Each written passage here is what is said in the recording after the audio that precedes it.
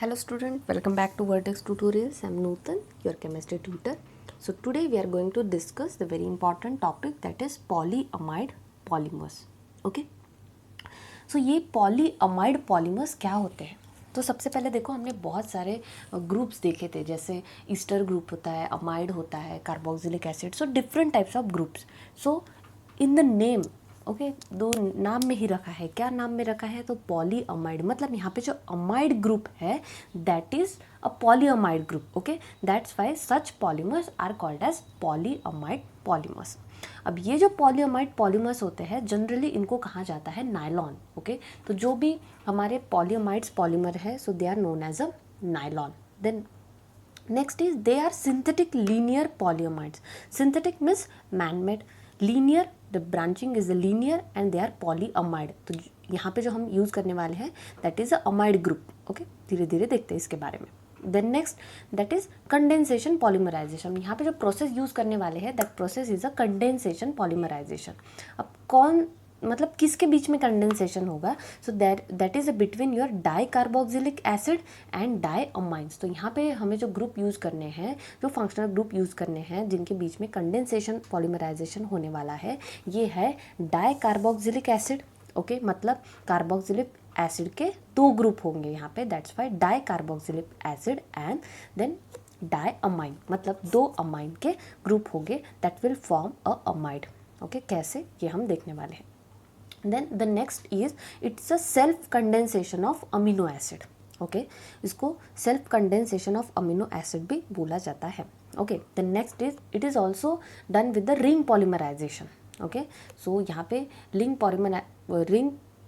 opening polymerization भी होता है, तो from the lactams. Okay, तो we have different types of polyamide polymers.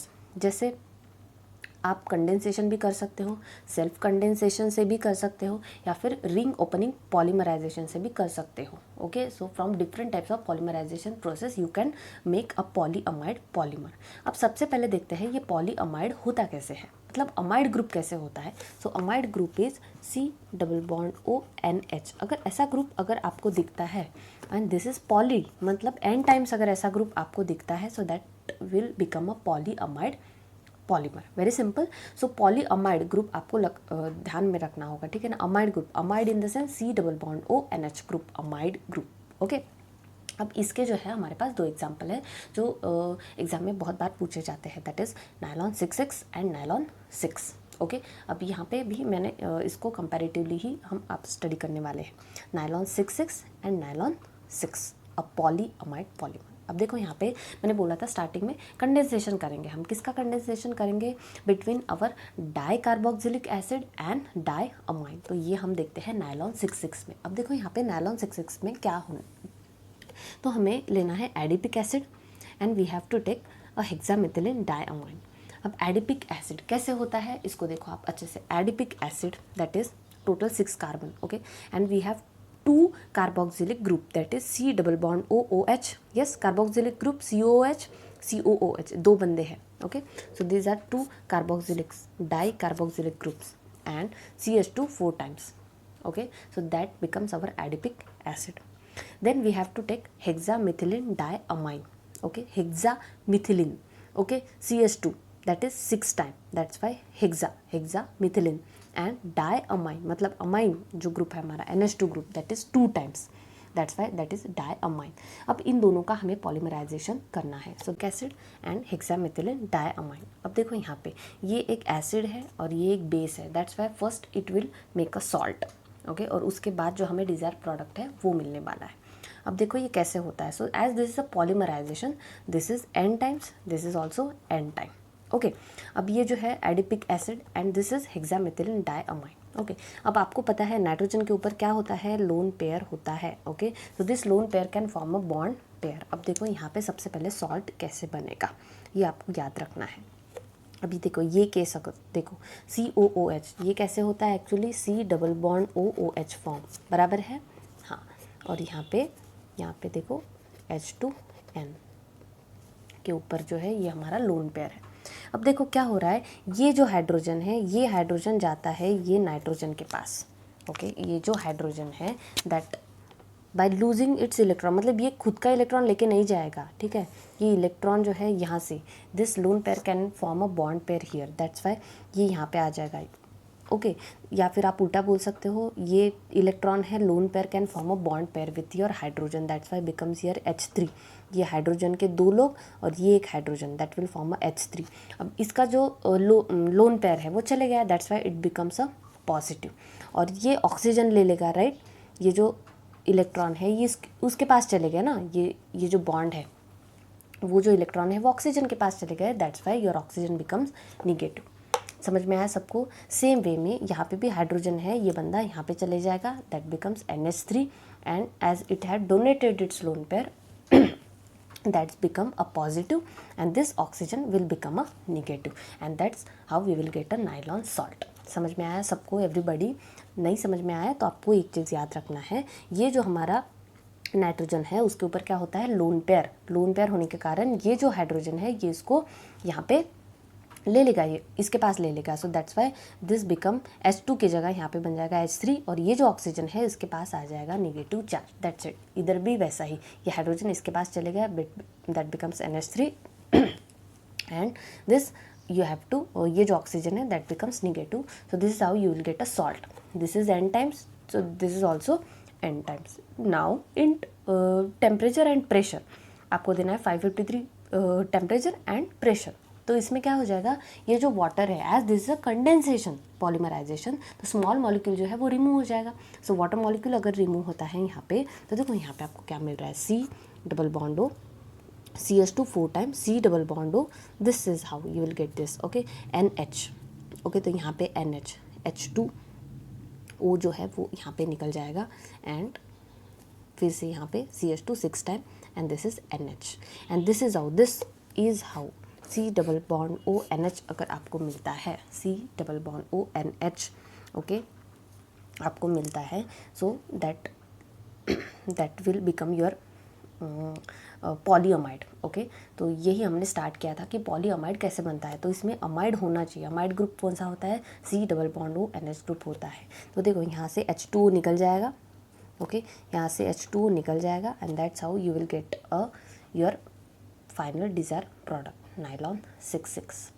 समझ में आया सबको? फिर से देखते हैं एक बार, एडिपिक एसिड लेना है, हेक्सामेथिलीन डायमाइन लेना है, ओके, तो यहाँ पे क्या करना है आपको, यहाँ से हाइड्रोजन हटा देना है, यहाँ पे दे देना है, सो दैट बिकम्स प्लस, यहाँ से हाइड्रोजन निकालना है, यहाँ पे दे देना है, nitrogen become plus and oxygen become negative, to balance all this fellows plus minus, okay, just for understanding. Then यहाँ पे क्या करना है, अगर आप टेम्परेचर प्रेशर के इसमें इसको रिएक्शन करते हो, so that becomes minus NH2, तो ये H2O निकल जाएगा, यहाँ से H2O निकल जाएगा, and the bond that is remain that is our amide C double bond O NH।